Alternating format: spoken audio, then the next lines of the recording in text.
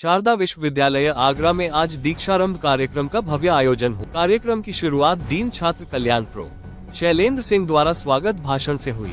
उन्होंने विद्यार्थियों का अभिनंदन करते हुए विश्वविद्यालय की शैक्षणिक एवं शोध परंपरा का परिचय दिया। कार्यक्रम में कुलपति प्रो डॉक्टर जयंत रंजन ने ब्रज क्षेत्र की ऐतिहासिकता, पशु श्री कृष्ण की लीलाओं तथा संत सदस्यों के योगदान पर विस्तार से चर्चा की। उन्होंने विद्यार्थियों को भारतीय सांस्कृतिक धरोहर से प्रेरणा लेने का संदेश। विशिष्ट अतिथि आगरा पुलिस कमिश्नर दीपक कुमार ने विद्यार्थियों को तकनीकी नवाचार, आर्टिफिशियल इंटेलिजेंस और साइबर सिक्योरिटी के महत्व से अवगत कराया। उन्होंने कहा कि आने वाला समय तकनीक प्रधान है और विद्यार्थियों को इसके अनुरूप खुद को तैयार करना हो। शारदा विश्वविद्यालय आगरा के pro chancellor Shri V Gupta ने विद्यार्थियों को सकारात्मक सोच, सेवा कार्य, इंडस्ट्री लिंक्ड शिक्षा तथा भारत को विश्व गुरु बनाने के संकल्प पर प्रेरित। उन्होंने ये भी कहा कि वह चाहते हैं शारदा विश्वविद्यालय के विद्यार्थी विश्व की बड़ी बड़ी कंपनियों में जाएं और राष्ट्र निर्माण में अपनी भूमिका निभाएं। कार्यक्रम के मुख्य अतिथि पूर्व IAS अधिकारी दुर्गा शंकर मिश्रा ने अमृतकाल की प्रथम बेला पर प्रकाश डालते हुए प्रधानमंत्री द्वारा दिए गए पंचप्रण,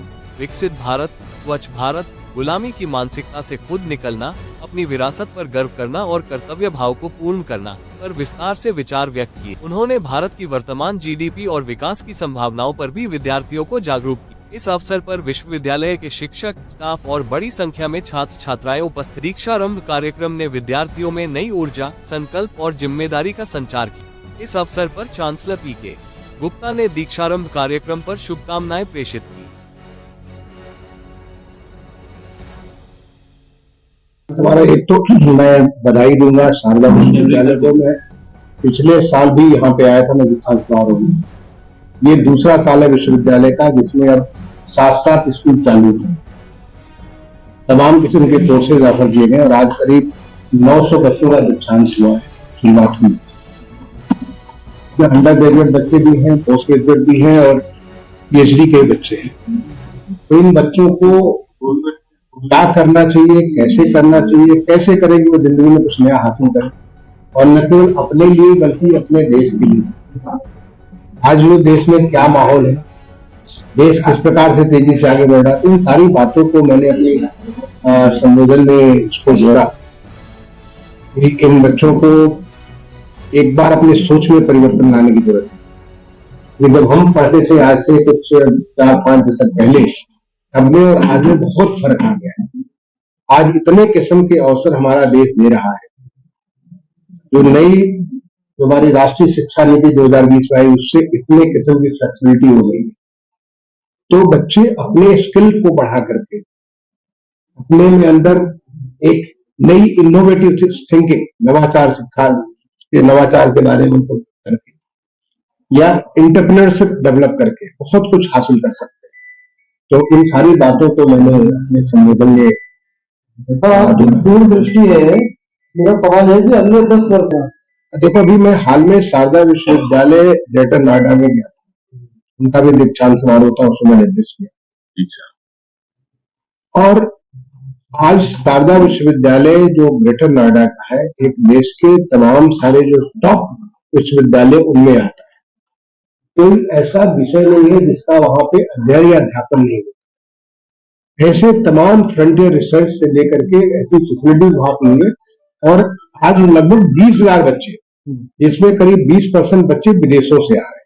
विदेश से बच्चा आने का मतलब है कि उसको इतना खर्च कर रहा है, उसका इतना खर्च कर रहा है, उनको वैल्यू नजर आ रहा है। आज वहां पे पूरे देश के कोई ऐसा राज्य नहीं है या केंद्र शासित राज्य नहीं है जहां से बच्चे ना। तो मैं तो देखता हूं कि जो आगरा में, आगरा पहले से एक अंतर्राष्ट्रीय शहर के रूप में जाना जाता था, यहाँ तमाम लोग आते हैं और यहाँ पे इतना खूबसूरत सूर सरोवर के बगल में इतनी बढ़िया यहाँ पे फॉरेस्ट लैंड, इतने खूबसूरत वातावरण में जो ये कॉलेज बना है, तभी शुरुआत 600 काल है। आने वाले 10 साल के भीतर मैं एक्सपेक्ट करता हूँ कि आज जो नंबर यहाँ पे करीब 1000 की है, पहले साल में एंट्री की लेकर के 2 साल में 2000 के आसपास बच्चे हों, यहाँ भी कम से कम 10,000 बच्चे हैं। और यहाँ जो आज जो 7 स्कूल है, 7 की जगह ये करीब 15-20 स्कूल यहाँ पे बन जाए। यहाँ भी एक जैसे कि वहां पे ग्रेटर नोएडा टॉप आपकी फैसिलिटी के मेडिकल कॉलेज बना हुआ है। इस प्रकार का यहाँ भी ये सब चीजें आएगी। तो मैंने देखा कि जिस प्रकार से पीके गुप्ता जी और वाईके गुप्ता जी को मैं आज से नहीं, मैं 1996 से जानता हूँ। आप लोग का स्मरण होगा, जो आप लोग खास तौर पर छोटे बच्चे हो, आप रहे होंगे तब तो, जब मैं आगरा का कलेक्टर था, जब उन्होंने हिंदुस्तान कॉलेज ऑफ इंजीनियरिंग की शुरुआत की थी, तो मैं उसमें आई थिंक मुख्य अतिथि के रूप में मैं आया था। और उस समय भी मैंने देखा था कि क्योंकि प्रदेश में पहले बार, क्योंकि सामान्य तौर पर इंजीनियरिंग कॉलेज को प्राइवेट सेक्टर में साउथ में हमने देखा कि कर्नाटका में, तमिलनाडु में, महाराष्ट्र में वहां होता था, उत्तर प्रदेश में कोई नहीं आता था। 90 बाद में आए लोग, लेकिन 1996-97 में यहाँ पे कोई प्राइवेट कॉलेज नहीं आता, तब ये लोग आकर के यहाँ पे आगे बढ़े। और आज जो देखिए इंजीनियरिंग कॉलेज आज जो इतनी बड़ी यूनिवर्सिटी का रूप ले लिया। आने वाले समय में मैं देखता हूँ कि ये विश्वविद्यालय एक विराट रूप लेगा। और ये आगरा, क्योंकि आगरा केवल आगरा को नहीं सर्व करता, बल्कि आगरा के आसपास राजस्थान को भी सर्व करता है, आगरा के आसपास हरियाणा को भी सर्व करता है, दूर से भी जो अन्य राज्यों से, मध्य प्रदेश से भी लोग आते हैं उसके आसपास, पूरा एक इलाके को यहाँ जो आते हैं, तो इसको शिक्षा के क्षेत्र में एक बड़ा पैमाना हासिल करेगा, मैं ऐसा विश्वास करता हूँ। 98 का आगरा, 98 में जब मैं यहाँ पे था, तब से और अब तक बहुत फर्क आ गया। अब देखो यहाँ पे मेट्रो बन करके तैयार हुई है, बिल्कुल टॉप लाइन मेट्रो है। और मुझे सौभाग्य मिला, भारत सरकार ने सचिव के रूप में यहाँ पे मेट्रो सुपुर्द भी करने का, पहला चलवाने का भी मुझे सौभाग्य मिला, जो यहाँ पे शुरुआत हुआ। आज यहाँ पे इतने सारे होटल, तो गिने चुने कुछ एक होटल हुआ करते थे, 5-7 होटल हुआ करते थे, आज यहाँ पे इतनी बड़ी संख्या में होटल हो गए। आज इतनी बड़ी सारी सुविधाएं, आप में को मुझे ख्याल है कि तब मैंने हमारा MG रोड और इस सब पे हम लोग जो काम किया करते थे, उसको जो है आज इतने सारे यहाँ पे परिवर्तन हो गए हैं। तो मुझे लगता है कि इंफ्रास्ट्रक्चर के क्षेत्र में आपको ख्याल होगा कि जब नेशनल हाईवे को चौड़ा करना था और वो एशियन डेवलपमेंट बैंक का फंडिंग था, तो उसको किस प्रकार से मैंने उसको वहां पे जितने इंक्रोचमेंट थे या जितने सर्विसेज बढ़वाने के लिए क्या क्या मैंने पापड़ बेले थे, अगर आपको पुराने अगर याद होगा तो क्या क्या सब काम किया था। तो कैसे वो नेशनल हाईवे पे सैंक्शन तो था, एशियन डेवलपमेंट से फंडिंग तो थी, लेकिन काम ही नहीं हो पा रहा था। तो उन चीजों को कैसे किया था, तब वो एक अलग समय था।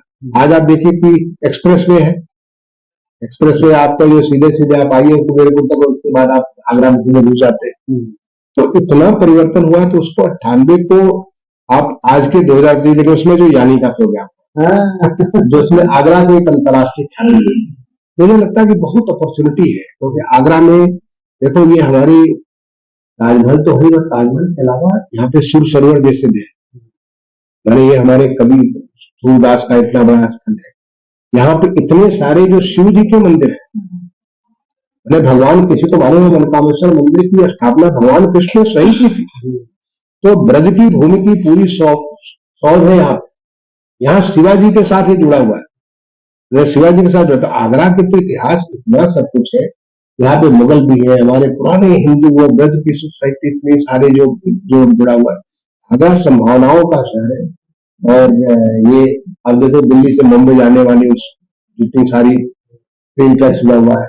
अभी एक नया हवाई अड्डा जो जेवर का जो बन रहा है, एक अंतर्राष्ट्रीय स्तर का इतना बड़ा, क्योंकि यहाँ का बहुत दूर है, मतलब 1.5 घंटे में आदमी वहां से पहुंच सकता है। आज वृंदावन का जिस प्रकार से, मथुरा वृंदावन का जिस तरह डेवलपमेंट हो रहा है, तो आगरा में इतनी पॉसिबिलिटीज है। देखो, माँ शारदा की असीम कृपा है इस विश्वविद्यालय पे, और ये विश्वविद्यालय जो बन रहा है और यहाँ जो बच्चे आ रहे हैं, उनको हम भारत की जो समस्याएं हैं उनसे अलाइन कर रखा है। और सिर्फ यही चाहते हैं यहाँ से निकलने वाला हर बच्चा एक बेहतर प्रोफेशनल बने और देश और दुनिया को बेहतर बनाए। उसी उद्देश्य से पूरी फैकल्टी स्टाफ काम कर रहा है। हमारे कोर्स करिकुलम भी उसी तरीके से तैयार हो रहे हैं, उसी तरीके से पढ़ाई लिखाई का यहाँ माहौल है, और एक होलिस्टिक, एक प्रोफेशनल हमको यहाँ से तैयार करके भेजना है, उसी पर पूरा विश्वविद्यालय काम कर रहा है। तो जो वैदिक ये सूत्र वाक्य हमने कहा कि यही शिक्षा का मर्म है, कि अस्तो मां सदगमय, असत से हमें सत की ओर ले चलो, जो ट्रूथ है उसके तरफ हमें ले चलो, मृत्यो मां अमृतम च, यही सूत्र वाक्य एजुकेशन का है। एजुकेशन सिर्फ पढ़ाई की चीज नहीं है कि हमने बीटेक कर लिया, बी फार्मा कर लिया, ये एजुकेशन नहीं।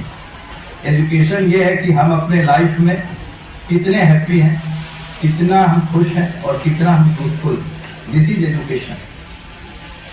यदि हमने